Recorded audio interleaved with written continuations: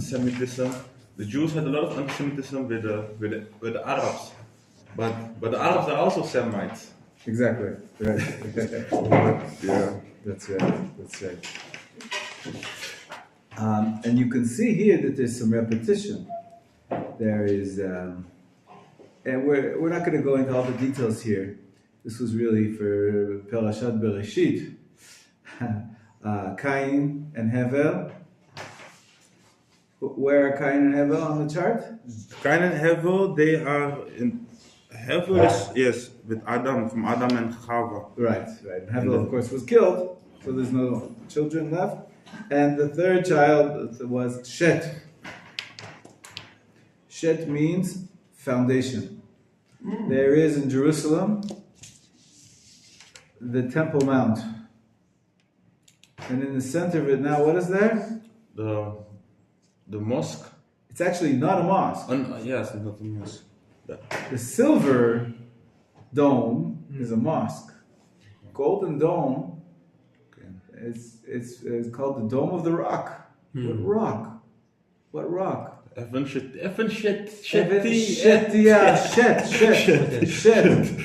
means foundation. Foundation stuff.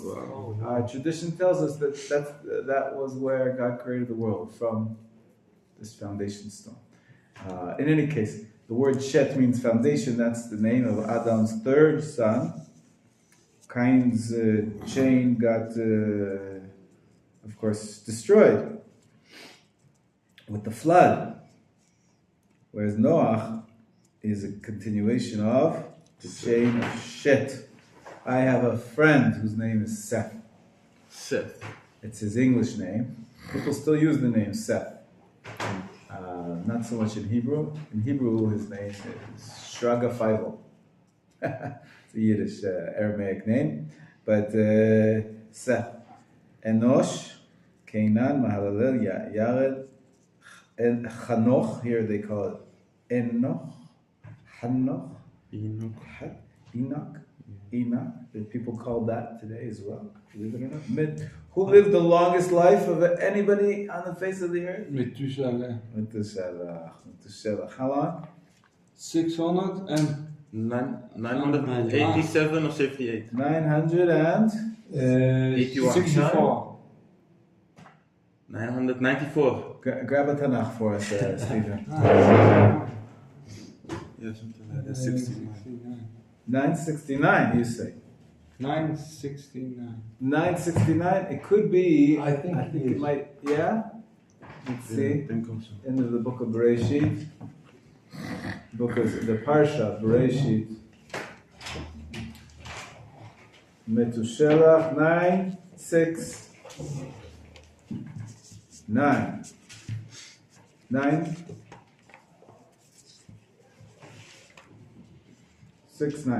969. How many chapters are there in the Bible now? In the Hebrew Bible, the way it's been divided into chapters by a Christian monk in the 15th century. But anyways, this is the chapters we use because it's so convenient. How many chapters are there? 969. It's easy to remember. There is a program. It started already maybe 3 years ago, maybe 5 years ago. The name of the program, it's a public education program. It's sort of like Daf Yomi. What's Daf Yomi? Pinchas, what is Daf Yomi? Daf Yomi. Yomi is every day, daily. What's a Daf? Prayer? Chapter. No, Daf. Portion? Daf is a page. Page of what? Page of what? Talmud. Of Talmud. That's right. Daf Yomi is a structure created by Rabbi Meir Shapira over 100 years ago. He had a yeshiva in Lublin, in Poland, and he said we should all learn one page of Talmud a day, Daf Yomi, and that way everybody in the entire world, wherever you are, will be studying the same page of Talmud. And over the course of how long does it take to complete the entire Talmud? 7 years. 8 years. Yeah, 7.5 years. Approximately 7.5 years. There's 3,000 something pages. I forget exactly. 3,300 or something like that. So he created this idea called Daf Yomi, and it really became more and more popular. Today, you can go on the internet. There's a portal, a website that has hundreds and hundreds of shiurim in English, in Hebrew, in Yiddish, in French, Spanish, with explanation sheets, with commentaries, all on the Daf Yomi, the daily Daf. Daf is a page of Talmud. Here's the Talmud. This is what a page looks like. You see at the top it says the number of the page, Chaftet, that's 29, it's page 29. But there's one side of the page, and the other side of the page, this is one daf. So a folio. So this is called 29a, Aleph, and this is Chaftet Amud Bet, side 2, side 1 and side 2. So whoever learns Daf Yomi learns two sides of the page like this. Inside you have the Gemara, on the outside is the commentaries. And there's many people who study it in greater depth with the commentaries, without the commentaries. You can get a Daf Yomi Shir in an hour, in half an hour, even. You can listen on the internet. 10 minutes. People read through very quickly and explain the Gemara, Talmud, of one daf every day. And then the next day, Daf Lamed, page 30. 30a and 30b, that's called a daf. Daf is a page, a folio page which has two sides to it. Okay? So this is Daf Yomi. So a couple of years ago, about 5 years ago, not long, a friend of mine, somebody I know, and a great rabbi, he decided we're going to create a new system for people who, Talmud is maybe a high level, right? It's maybe difficult, although there are very, many translations. People are not reading, forget about the Talmud, people are not reading the Tanakh. Why don't we do something, a program, where every day, all around the world, people will study one chapter of Tanakh. And they started. And it's been going now, they already finished one cycle, I think it takes 3 years to do one chapter a day, 969 days. Right, so 365, approximately 3 years. And you know what they named the project? And you can go look out for the website, and there's an application, and every day there's shiurim on one chapter of Tanakh, one chapter of the Torah, Nevi'im, and Ketuvim. All three. You go through it one chapter a day. You know what the project is called? 969. 969. So it's easy to remember. How old was Methuselah? 969. It's an interesting coincidence. But in any case...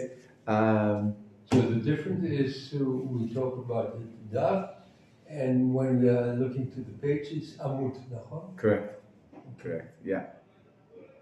Yeah, in Talmud, right, in the Gemara. Yeah, so anyways, 969 is a system for studying Tanakh every day, one chapter. There are other systems too, but it's wonderful. You do one chapter a day, you can accomplish a lot. And the other system you know about. Everybody knows about it. We're going to talk about it a little more. That's Parashat HaShavua. Right? Every Jew is supposed to read a little bit of Torah every week. One parasha. Every week. And then you finish when? Shabbat. When you finish, each week you finish at Shabbat, and then you finish the entire cycle of the 5 books, the first 5 books of the... how many chapters is it? I don't know. It's 50 plus... how many chapters are there here? It says 50 in Breshit, 40 in Shemot, 27 plus 36 plus 34. I don't know exactly. I forgot, lost count. But all those chapters... It's approximately 40 times 5 is about 200 chapters. So you do those 200 chapters on a weekly basis, and you finish every year.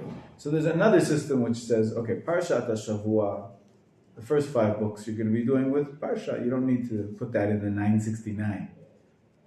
Take off those 200 chapters. You're left with 769. So you have a little bit less to do every day. You don't have to... And you can actually complete it in 1 year, not in 3 years.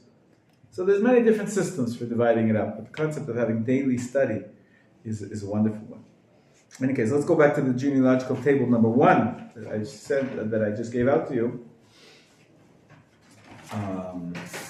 And we got from Adam with 10 generations till Noah, right? There's 2 Lemechs. You see that there's a Lemech in the chain of Cain? Okay. And there's a Lemech who was the father of Noah. And then the names appear in different chains. Then we get to Shem, Ham, and Yafet. Now here, who's going to count for us? The children of Shem, Ham, and Yafet, are there 70? 70 nations. Okay. I think there are 70, but...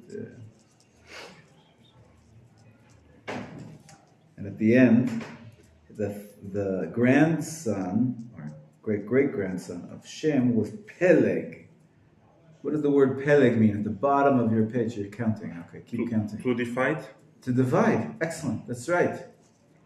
Tomorrow is election day. We do have class. Pinchas, can you vote? What? Bechirot. אתה ישראלי. תעודת זהות? Yes. אז אתה יכול לבחור. You can vote. Come on, yes. You can vote for the elections tomorrow. Tomorrow? Tomorrow is election day. Elections, בחירות. Elections, בחירות. Okay. לבחור. Me, I don't tell you who to vote for.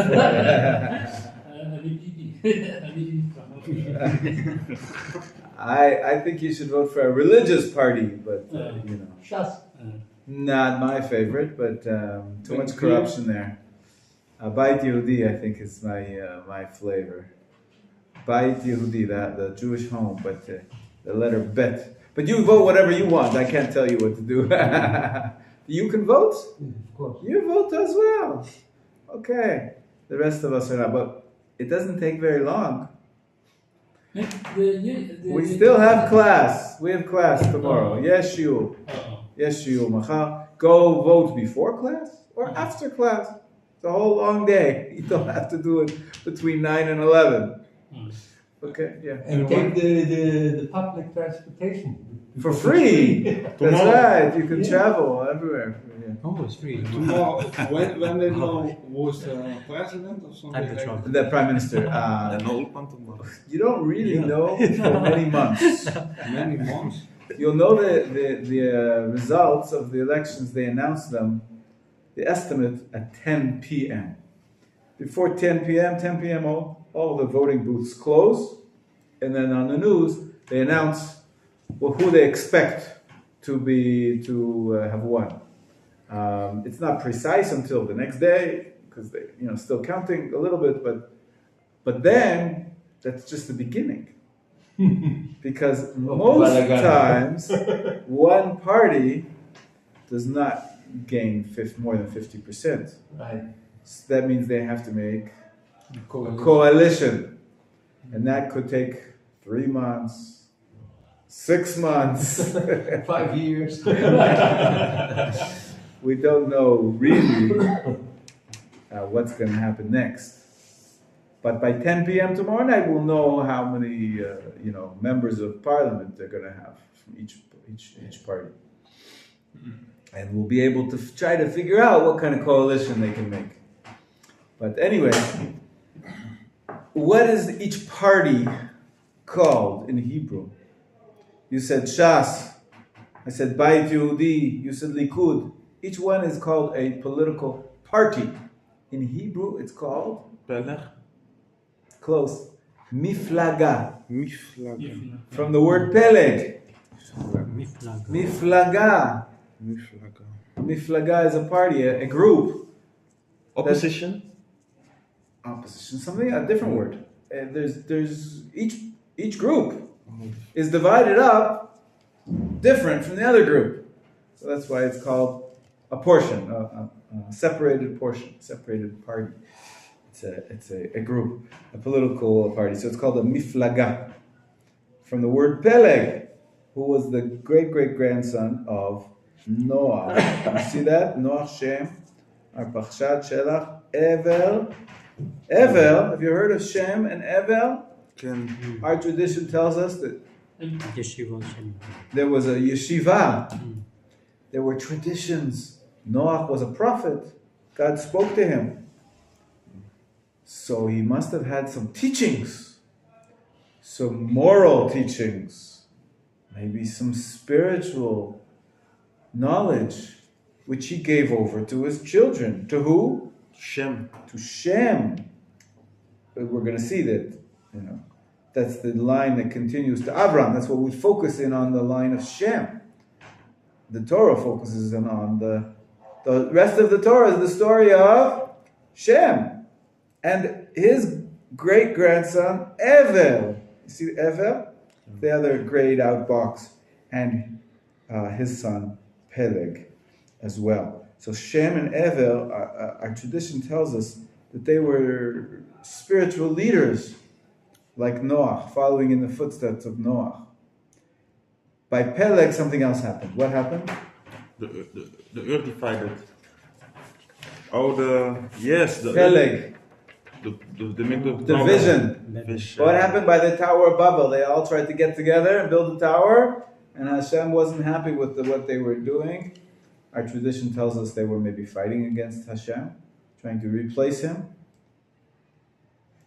Hashem came and scattered them. Peleg, Haflaga, Do Hapalaga. They got divided into different parties. So maybe this system where we have so many different parties is not so good.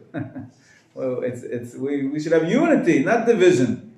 The divisions is though part of life since the Tower of Babel. Okay, that's chart number 1. Questions? Comments? Did you count 70? Yes. How, from where to where? Like this? Did you include Shem? Did you include Ham? Yes. Including Ham, how many are there? 70. And including Shem and Yefet as well? Yeah, as well, yes. Everybody after Noah is 70. Yes. Amazing. From here we get this idea that there are 70 nations of the world. If you look in the United Nations, how many are there today? About 150, maybe 200 countries. But conceptually we talk about the 70 nations. Why? From this chart. Okay. Because at the Tower of Babel, in the day at the end of this system, this line of genealogy, the Torah tells us they were scattered over the earth. All 70 nations, each one had its own country, its own area, maybe its own culture that they developed, and so on and so forth. Yeah. Now, questions, comments? Okay, good. So we have miflagot. You know, when they started to have these parties, Rav Kook was very against it. Here in the land of Israel, we're all Jews. We should all be united, not having divisions. It's not ideal. But what can you say? You bring 2 Jews into a room, 3 opinions. Right? So you bring 1 million Jews to Israel, 3 million opinions. So we only have, if you go to vote, Ravid, have you voted before? Yes. You've been here at the last elections? Yeah, I've been here now for 3 years, so. How many times have you voted? 2 times. 2 times. This will be your 3rd time in 3 years. It's supposed to be once every 4 years, officially. Pinchas, have you voted? Have you been here for elections? No. It's the first time. The first time. Maybe you can make a bracha. Yes. Shechianu, to be able to form a Jewish country, it's a big mitzvah. In any case, the divisions are not ideal, but it's part of the way the system works. Okay. So what I was going to say is that when you get to the voting booth, do you know where you vote? Do you know where to go? No. It depends where you live, where it says in your Taudat Zahut. Did you get a card? No, right. No, right. So Rav Lissman will be happy to help you find out where to go. You vote and your wife votes. Where there's usually in the it's a neighborhood school where you live. in the neighborhood where Okay. wherever you live, wherever it's written down that you. Okay. As כשאתה הולך לבחור, when you go to the there's like a little screen. Everybody's private. You get to choose all by yourself. You show your Taudat Zahut. They give you a little envelope, and they send you to behind a booth, to inside a booth. Now, inside the booth is let me show you a picture. I think I have a picture of it here somewhere. You have like a tray. The tray is filled with little slips of paper. And each slip of paper, little pieces of paper. Hebrew. It's only in Hebrew, yeah. It's a shame. But let me see. I think I saw the picture here this morning. Pinchas, you didn't receive this?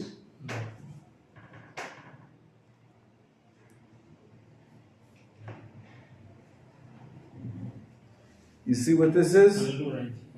This is a picture of the tray filled with little slips of paper. Each paper, pass this over. Each paper has a letter on it. The letter is the name of the miflaga. Under the letter it has the name of the miflaga. You have to choose one or two letters. Likud is mem chet lamed.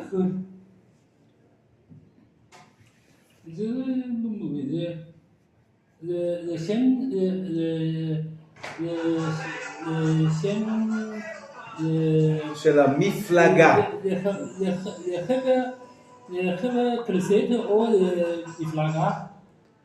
There's one letter, and underneath it, in small, the full name of the miflaga.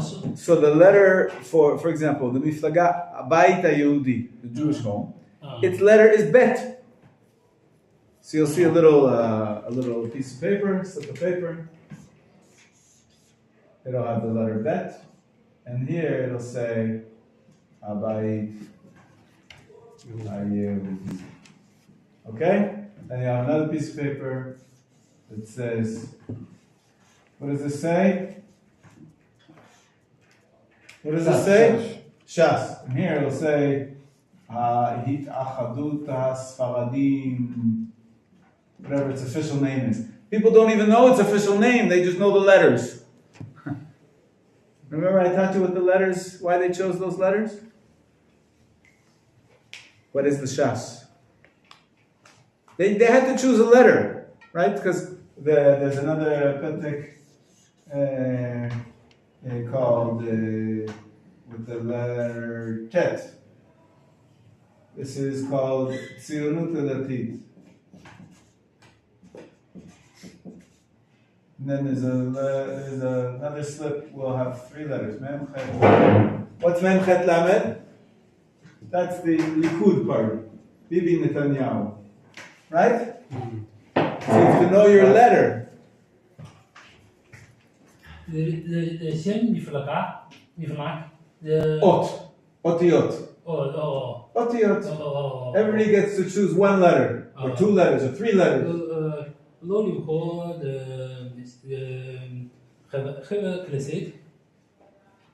No, you don't get to choose who is the members of the party. The party chooses.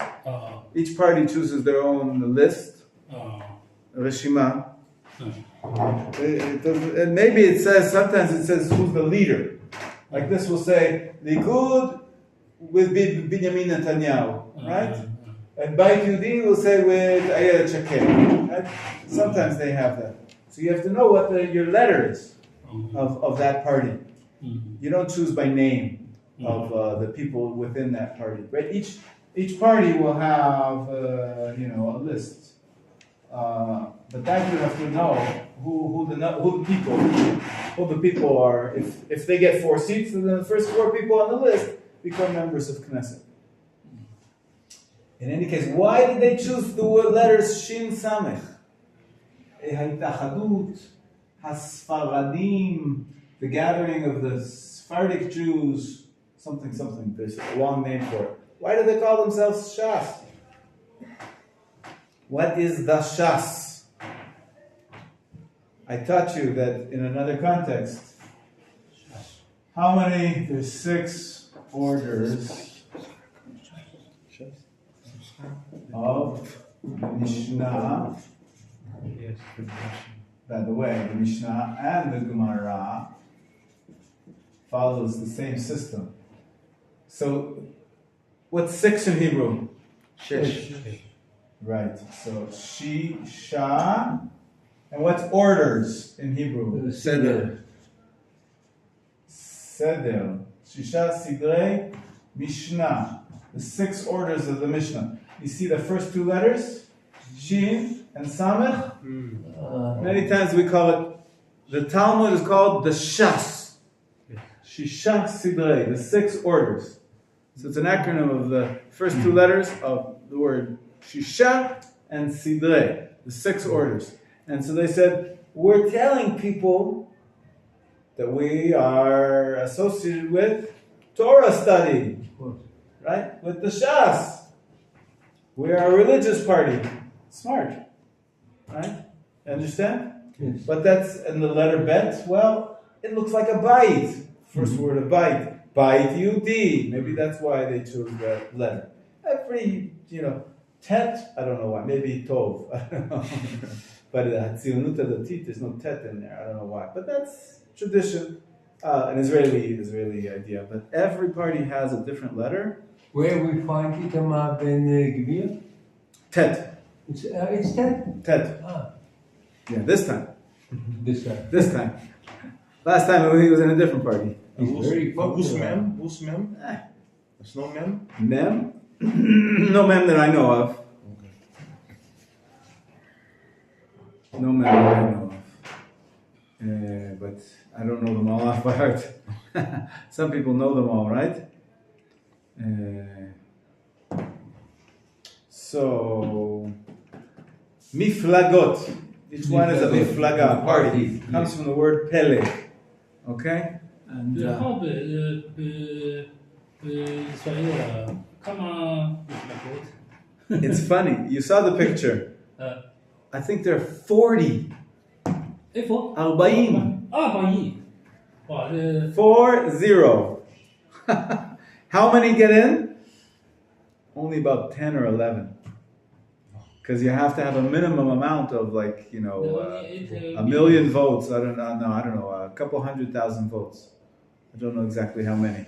So most of the parties, they don't even get into the Knesset.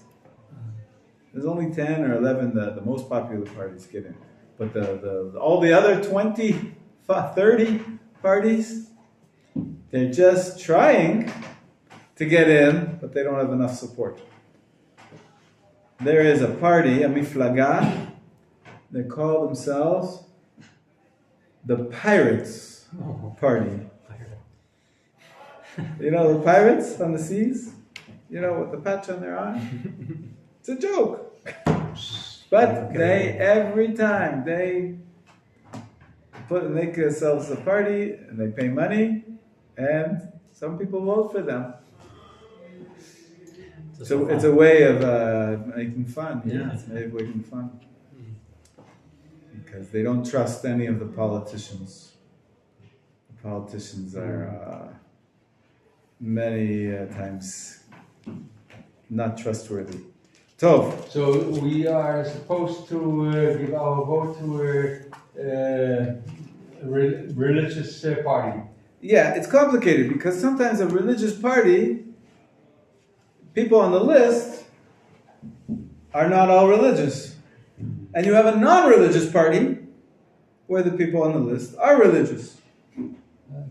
So it's complicated, as you can see. But the idea of the party is that they have an idea. the values that they believe in, and how they want to change things, how they want to run things. And so you should really learn about all the different parties, what they stand for, what they How believe you in. can trust them. This is a problem. Okay. Pass these out now. We'll continue, because we've already finished Parshat Noach. What was the name of Noach's child? Shem. Shem. Right, the main one. Does everybody have one? Yes, Stephen. There you go. Now we're good. Everyone have I. Shem, we continue to the table number 2. From the scattered generation, which we ended up with, table 1, we continue into the scattered generation, from the scattered generation to the patriarchs. How many generations? 10. 10. Shem, Arpachshad, Shelach, Ever. Oh, another Ever. And he must have been his great-grandson. Where's another ever? No, this is The previous. The same, right? Is it the same one as Yes. before? Ah, it's the same one as before. The father from Peleg. Ah, right. Shem, he was the grandson, great-grandson of Shem. Okay. We had it on the previous chart as well. Good. So Shem, Ever, Peleg. Yeah, we finished with Peleg, but now we continue with the Reu, Serug, Nachor, Terach, and Avraham.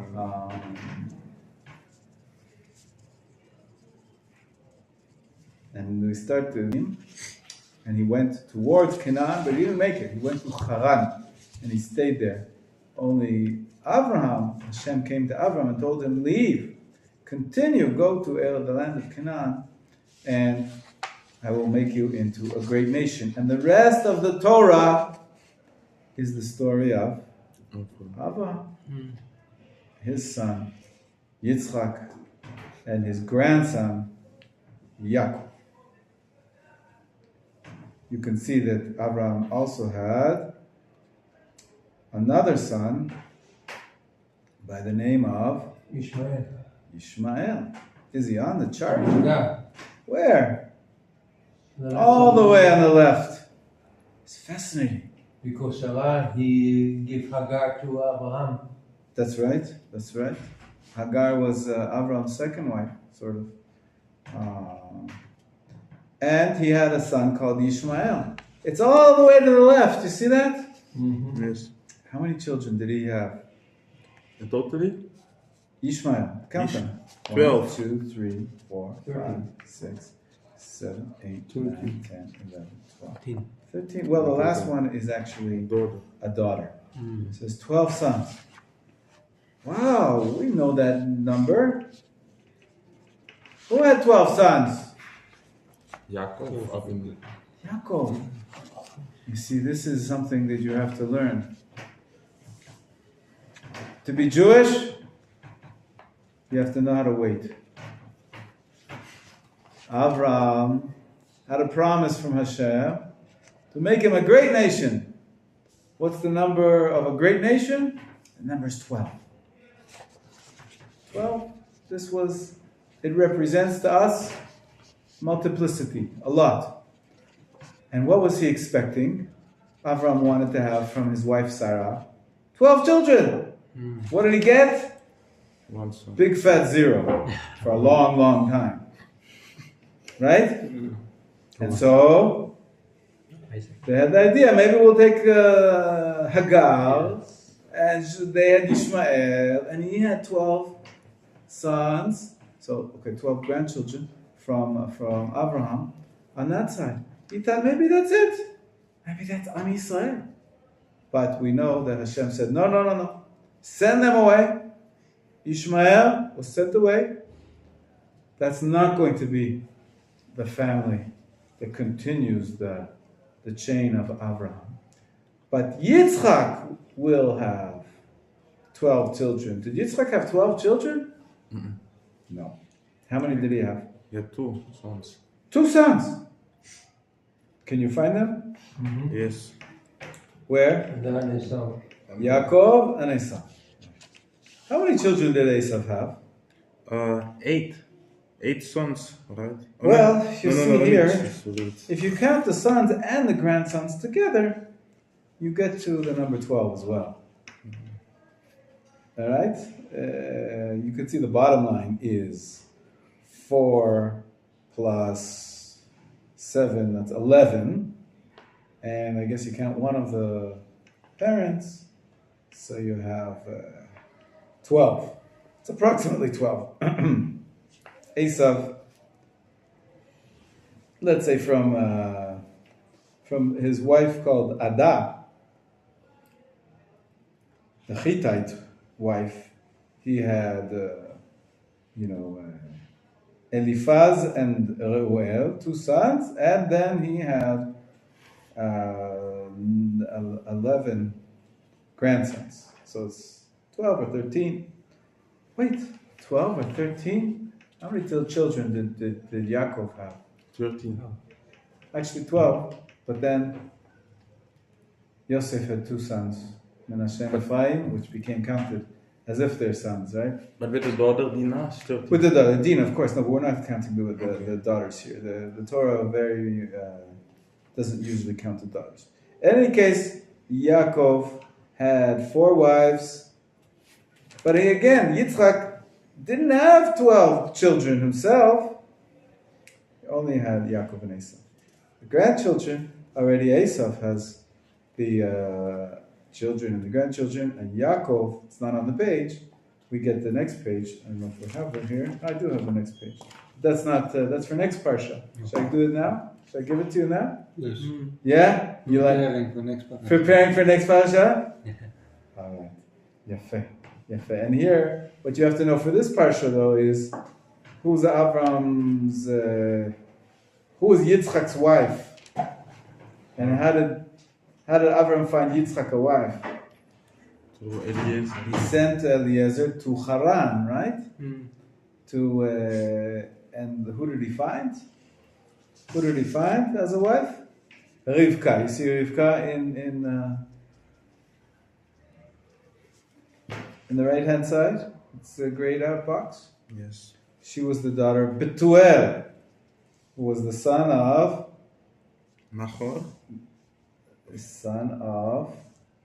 Nahor, together with Milcah, right?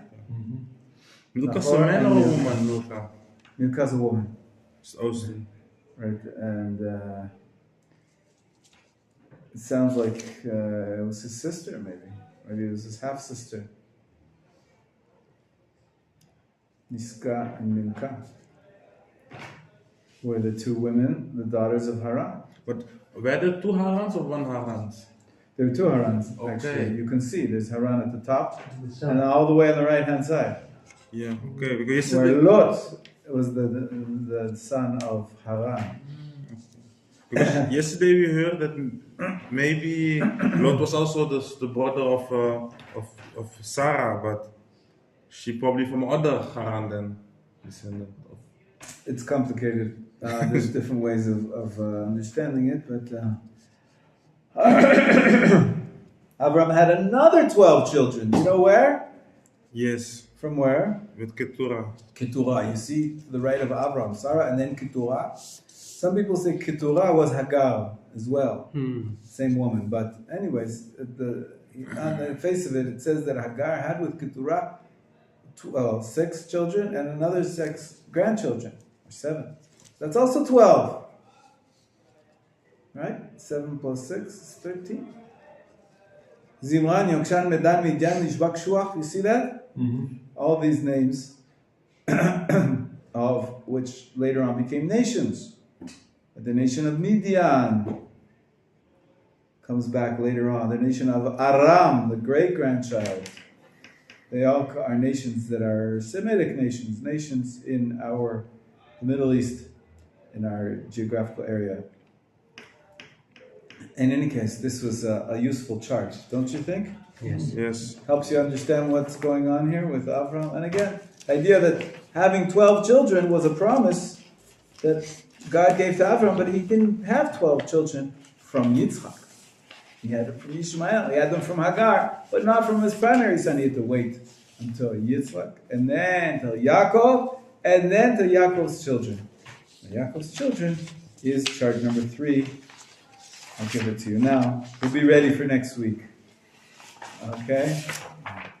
Pass these around.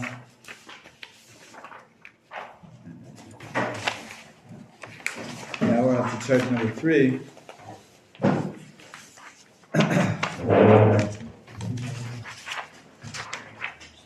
Okay, is that enough? Yes. Sorry for the coffee stain. Starts with Yaakov and his 4 wives, Leah and Rachel, Silpa and Bilha, the 2 midwives, the maidservants who became wives. And we see, of course, the second line is the 12 tribes. I'll teach you a little song. It goes like this. From the left to right. Reuven. Can you hear? Can you follow? Reuven, Shimon, Levi, Yehuda, Issachar, Zvulun, Bnei Leah. So these are the 6 children of Leah, right? 1, 2, 3, 4, 5, 6. Reuven, Shimon, Levi, Yehuda, Issachar, Zvulun, Bnei Leah. Now we move on to Gad ve'asher b'nei Zilpa, Dan Naftali b'nei Bilha.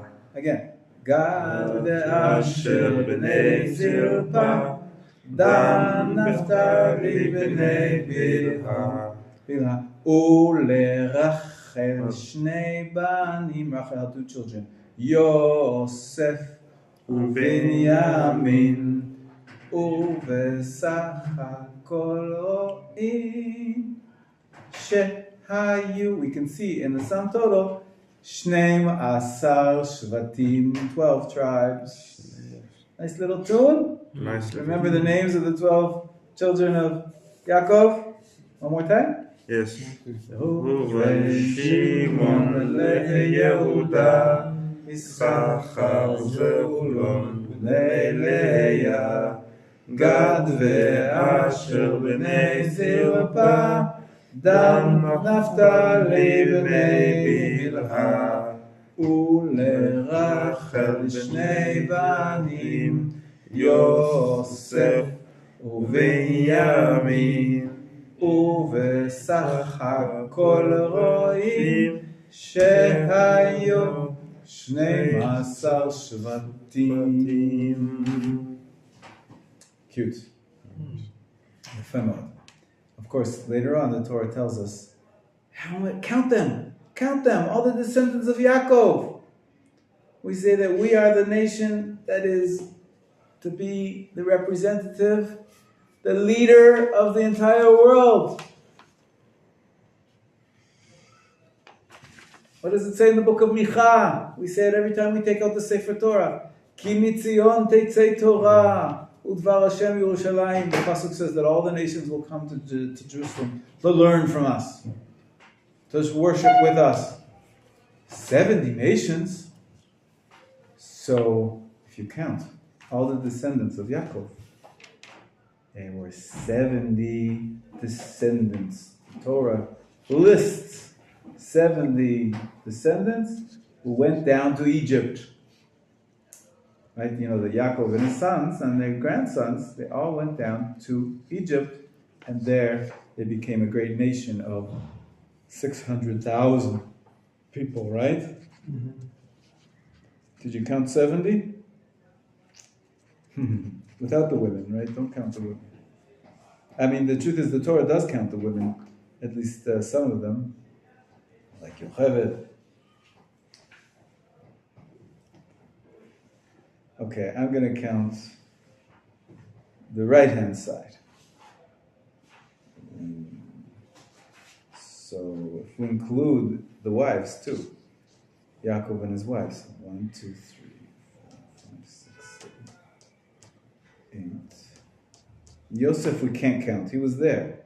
Okay, we'll count him too. 8, 9, 10, 11, 12, 13, 14, 15, 16, 17, 18. 5 more. 1, 2, 3, 4, 5. 33, 19, 15,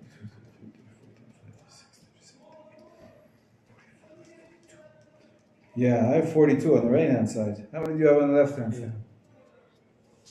Include everybody. You can take off Menachem, Ephraim, and Yosef, and Asnat, because they were in Egypt already. So it's only 38. And on the left-hand side, of course you could take off Moshe, and Aaron, and Miriam. They weren't around yet. That was 200 years later. We just put it on there so that you know who's who. But don't count them. But Levi was the father of Jochebed, right? Yes. 37 on the left side. And I have 37 on the right side, so it's 74. It's too many. We have to kill some people. Pharaoh talking. Obviously, we're not counting maybe Shua. Sure, okay, because We're not Shua. He stayed. He wasn't part of the Jewish people. Yeshua, Shua was the woman, the father of Tamar. So we take off his oh. descendants too. was not the mother of Aaron Onan? I don't think so. Because Well, I see a line. I know what it says, but I don't think so. Shua was the father-in-law. It was like the father of the woman. But let me double check. What does it say here about? It's Because they all died, right? Aaron Onan and Shelah. also, they died. That's right. So we can take those off. Right. Here it is. Tamar. Shua was the name. It just says he had a daughter. It doesn't say what her name was. Oh, okay. But Shua is definitely he was the father of this woman that Yehuda took. But they all died, right? Yeah, it's his first woman, right? The Shelah didn't die, but the last one did not die. Yeah, sure. But Tamar, I guess later on. So we take out Onan Shelah. Take off Shua and Er and Onan. Shelah no. Tamar was the wife of Er and Onan, right? Okay. Tamar was the wife of Er and Onan. She She was waiting for Shelah to was go. waiting for Shelah, and then Yehuda didn't give him to her, so she enticed Yehuda, and they had Peretz and Zerach. Okay, so it's we have to figure out exactly why it's 70. But if you look at the end of the book of Bereshit, there's a list of the 70 people. It comes out to 70. Rashi discusses, actually comes out to 69, and he says, oh, you have to include Yaakov, or you have to include Yocheved, who was maybe a baby at the time. She was in the womb. Maybe she was just not yet born. I forget exactly what the Rashi says at the end of the Parshat Bereshit. But anyways, here we have the tradition that there were 70 Jews, 70 of the tribe of Yaakov, who went down to Egypt from the 12 tribes, and and then became a great nation. Okay, but when you read, it's in at the end of the book of Bereshit, you'll remember this chart. You come back and you see how. I mean, you could look it up now, but at the end of the Parashat Vayechi, it has a list of all the 70 people that went down to Egypt. Also, at the beginning of the book of Shemot, they have a list of all the 70 people, and you'll see which one gets counted, which doesn't get counted. I hope you enjoyed that. Ezrat Hashem, we'll go back to our regular scheduled program and come back to the tefillah. Yes. I was thinking you said to the election. To the elections. We're lucky we don't have 70 parties to choose from. Only 4. I don't know exactly how many, but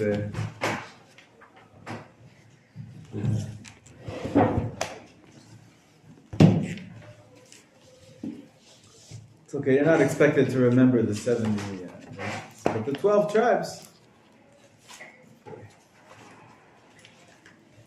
So we finished chapter 2 last time about the minyan.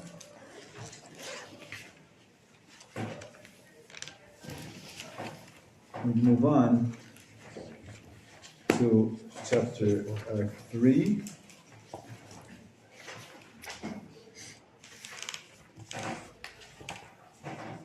I want to focus perhaps on the most practical parts of chapter 3. And but I'll just sort of summarize the major themes. Best place to pray is where? Synagogue. In the synagogue, of course. It says in the Talmud, when a person, I'm on page 33, beginning of page 33. When a person prays in a synagogue with a congregation, his prayer is heard. Even someone who missed the minyan.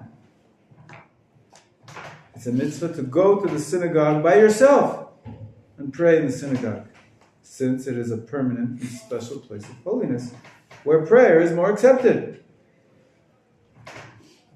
So let's say you can go to your regular synagogue, but you woke up late. Does that ever happen? Yes. Many people pray in outside. Exactly. No in the house. Right. I think it started during Corona. No, 下午的 corona. I know. So, but people like it. People like it. But prayer, it has a certain holiness to it. Why if it's full? It's very full. There are a lot of Jews, Baruch Hashem. Yes. Can we pray outside as well? A lot of Jews. So if you can't fit in the synagogue, so you pray outside. You can pray anywhere. But the ideal place is you should build a nice big synagogue that everybody can come inside. But let's say you say, okay, I learned this very important principle from Brachot 6a, Shulchan Aruch 90. It says you should pray inside the synagogue. And now it's 10 o'clock. Uh-oh. I missed praying with the minyan. I'll go into the synagogue. So you go into the synagogue and you're praying by yourself. But then you hear a noise from outside in the park. There's a group of 10 Jews getting together to pray outside.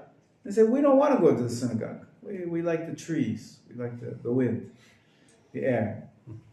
So now you have a choice. Should you pray with a minyan outside the synagogue, or without a minyan by yourself inside the synagogue? Which value takes precedence? Which one? To be inside the shul. You say inside the shul. What do you say? You say minyan. Yeah. So what does he say? However, when a minyan is held in a different place, it's preferable to play with the minyan rather than individually in the synagogue. Lama? So yesterday, the day before, we learned the importance of the minyan, how important it is. We said there's two major things that are very important about a minyan. Number one is that the Shekhinah is present on a more palpable way. And number two is that there's certain prayers you can say, that you can't say by yourself. Like Dvarim Shebikdusha, the matters of holiness. What, for example? Kaddish, Kedusha, reading from the Torah. You can't do that by yourself. So I say, okay, I'm in the synagogue. But you're missing out on the Torah reading, you're missing out on the Kedusha, you're missing out on the Kaddish. And so if they have to choose, ideally all 10 people should go into the synagogue. And then you have all the best values. But if you have to choose, the minyan is more important. Okay? But what's about to be more closer to the Sefer Torah? That doesn't really say anywhere that you have to be close to a Sefer Torah. There's a mitzvah to read from the Sefer Torah on Mondays and Thursdays and Shabbat, of course. But don't necessarily have to be closer or farther away from a synagogue. If you look at the bottom, page 33, it says, Reish Lakish says, whoever has a synagogue in his city and does not pray there is called a bad neighbor. Ooh, you don't want to be called names by Reish Lakish. So everybody should participate in going to, what do you say in German? Going to shul. Right? Shul. It's a German word. Yiddish. Yiddish, shul. It's a place where you can learn. Like school. Same word as school. Yes. But you pronounce it shul. Shul. So you should go. He brings exile upon himself and his descendants if you don't go. Wow. Last line on page 33. Those who arrive early to synagogue to recite to Shacharit and late to leave after praying merit long life. So many blessings. It's not only curses. Curses and blessings about this idea to participate in the communal service in the synagogue. It's a mitzvah to run to the synagogue, just as a mitzvah to run to perform every mitzvah. And when you leave the synagogue, you should not run. Walk slowly. To show that you're happy to go and sad to leave, we really should treat the synagogue, the shul, with great respect. So it's the same like when we have, I will be called for making Aliyah, reading from the Sefer Torah. When I'm going, I need to take the shortest way Correct. to the Bima. Yes. And when I'm leaving, I take the longest way. Correct. Exactly It's the a same. symbolic show of endearments. Correct. Yes. Nice. Okay, you should have a regular place. Now here in yeshiva, you should have a regular place to learn. But also, it says, even primarily, it is a mitzvah to choose a synagogue and pray there regularly. One should not change his place of prayer needlessly. Again, we live in a different era after Corona. PC, post-Corona. People got used to praying in the balconies, in the street, in the parks, and not having a regular place of prayer. But it's not ideal. Ideally, you should go. Just like Abraham. He woke up early in the morning to go to the place where he stood before God, implying that he had a regular place where he would stand before Hashem. Designation of a place of prayer illustrates that one's connection to Hashem is absolute. Everything else can change, but one's connection to Hashem is the most permanent and stable reality and should therefore transpire in a permanent place. Chachamim say, whoever assigns a set place to pray, God of Abraham helps him, and his enemies fall beneath him. So I have I know many people today pray this prerequisite. Tomorrow pray another prerequisite. Rachon. Huh? It's not Right. ideal. Huh? It's not good. Not good. Not good. This principle you should have makom kavua. In Hebrew it's called makom kavua. A set place. Of course, it can lead to problems. I'm not talking about if you have to travel, if you have to go somewhere, you travel for Shabbat, that's fine. But when you should have a regular scheduled place where you pray. The problem is, I came to the synagogue last week, and a guest came, and was sitting in my seat. Thank you. Okay, so of course, but he saw that I was looking. So he said, "Is this your seat?" I said, "No, please stay." I sat in the next seat. And the truth is, it doesn't have to be, when we speak about having a makom kavua, really it doesn't mean the exact same seat. There's a concept in halacha of 4 amot, 4 handbreadth cubits, it's called, 2 meters. First of all, it means the same synagogue, the same schedule, but even within the synagogue, if you do have a set area where you sit, it doesn't have to be exactly that same seat. And so it's fine. And it's a bigger mitzvah to have a guest and to welcoming men than to sit in your regular seat. So never kick somebody out of your seat. But some synagogue they have names. They pay for the seat. That's right. And Me they will too. tell you, I pay for the seat. Me too. Yeah. I have my name on my seat. I pay, but I would never kick anybody out. So what? It says my name. So what? You know where else it says your name? In the grave. There, nobody will take your seat. Okay? But you should not kick anybody out of your seat. Listen, if you find him a different place, by all means, you can have the best of both worlds. If you don't embarrass him in some way, you can tell him, listen, this is a better seat, whatever. You can get the best of both worlds, and you can sit in your regular place, and he can have a nice place. But usually he gets feels unwanted or feels embarrassed. You should never do that. But let's see. Right, this is a value, but it doesn't override the value of embarrassing someone. I think it's the same when you have a guest on Shabbat and he comes and you didn't expect him. You give him the best place you have.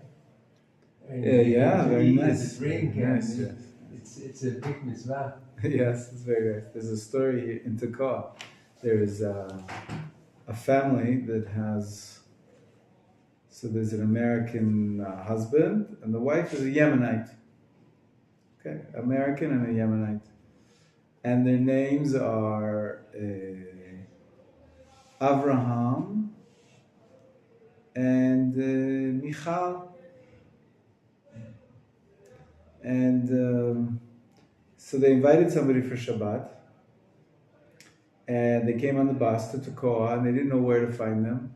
And so they asked somebody, and they couldn't remember the names. So they said, the husband is American and the wife is Yemenite. Who are they? Do you know where they live? He says, sure, I know an American husband. Takes them to the house, they knock on the door, and say, I'm here for Shabbat, welcome, come on in. So they gave her a place to sleep, and they ate with her. And then as they're talking to her, they say, where did we meet? Where exactly? And they start talking about it. Turns out that there's another couple with a Yemenite wife and an American husband. And it wasn't them. They didn't even know that she was coming. It was the other couple that she was going to. And the person brought them to the wrong house, but they didn't say anything. They welcomed them in. It was very... afterwards, they introduced them to the other couple. Fascinating, yeah. Beautiful. So, anyways. Beautiful story.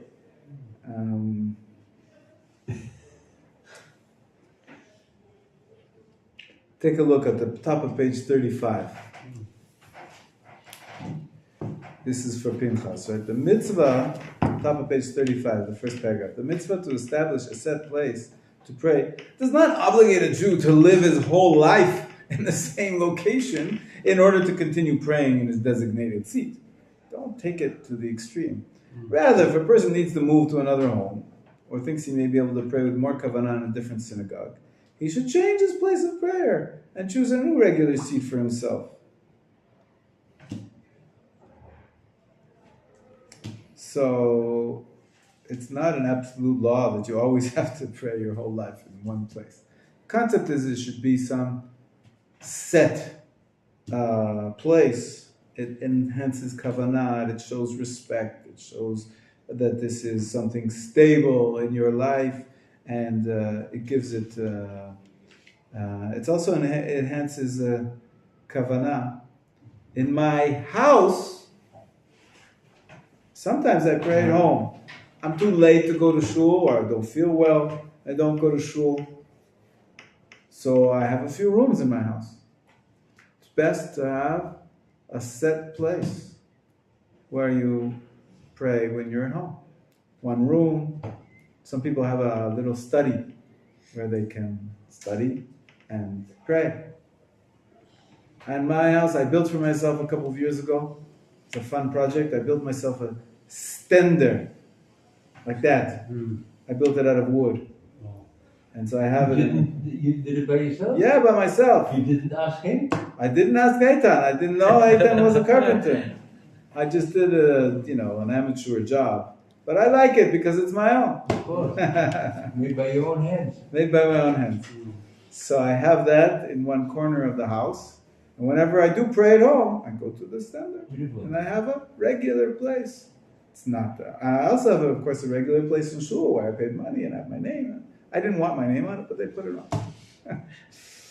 Anyways.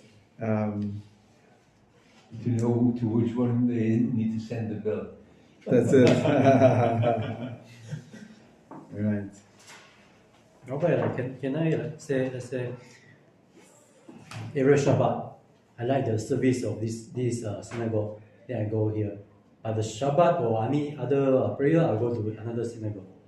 It's okay. It's okay. That's the next paragraph. If you look at page 35, a person. The third paragraph starts with.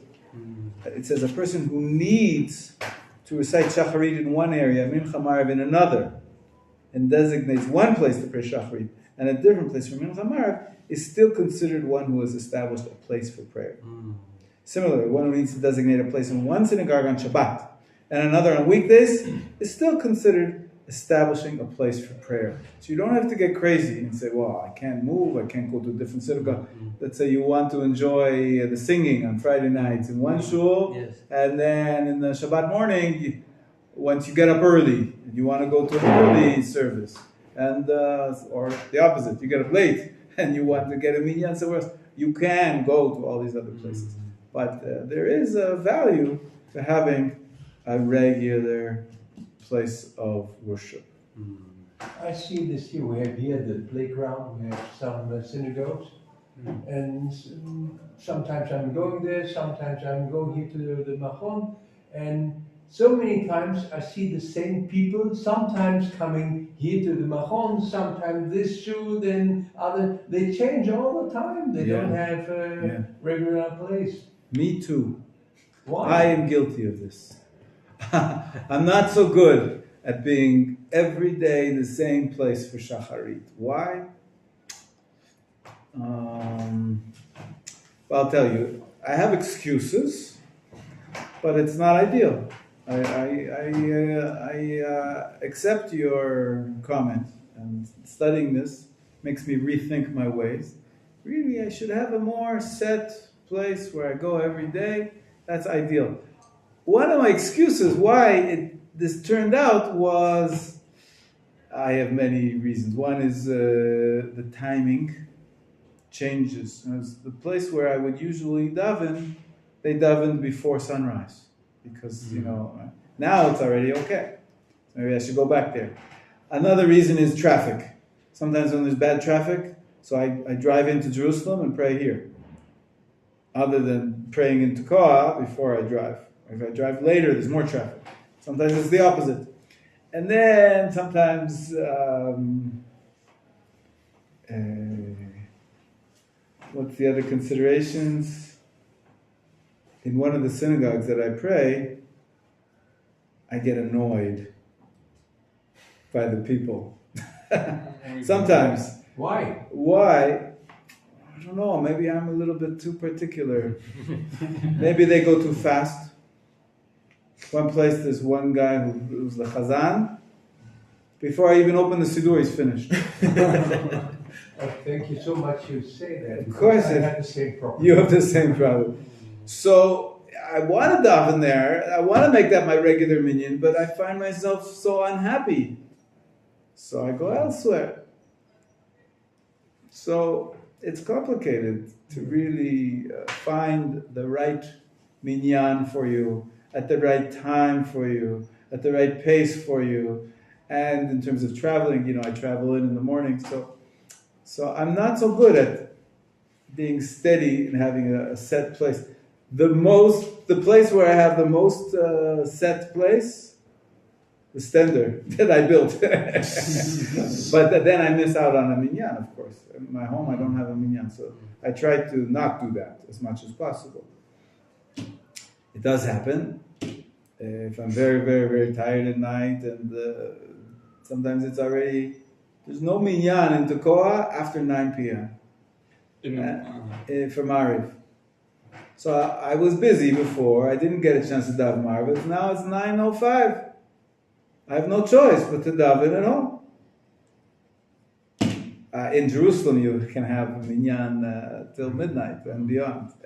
There's a place called, what's the place called where there are many minyanim, one after the other? How it's called? It's a Yiddish word. How it called? In Yiddish, it's called shtibelach. A shtibel is a little shul, a little place. Shtibel in German? No, it's Yiddish. Yiddish. Shtibel. Shtibelach means a lot of them, a few of them. And there are a few shtiblach, places where the English term, people call it a minion factory. They're producing one minion after another minion after another minion. Whenever you go, say, you're daven mincha now? Okay, they finish one mincha, ashrei, they start This another one is mincha. Shtiblach, this. A little bit. Because they have on Shabbat, they have like one minyan here with another minyan. And then Right. It's like finish. a shtib. So people would call it a shtiblach. Right? There's other places as well. There's a famous one in Katamon. There's one in Zichron Moshe. There's one. Many different neighborhoods where there are a lot of Jews. So there's a shtiblach. There's meaning that there's. So there you don't have any set time. Kotel is like a shtiblach, right? Kotel always there's always a meaning. Right. It's no problem. Everyone's having But you will notice that if you, like Michael, you lived in the old city for a while, there are also set minyanim. People that come to the kotel every day at exactly the same time. And with other people. So they have a group, a regular group, even though there's other people doing lots of other kind of things, they have their regular set time. A regular set minyan. And that's ideal. That's ideal. You should have more consistency.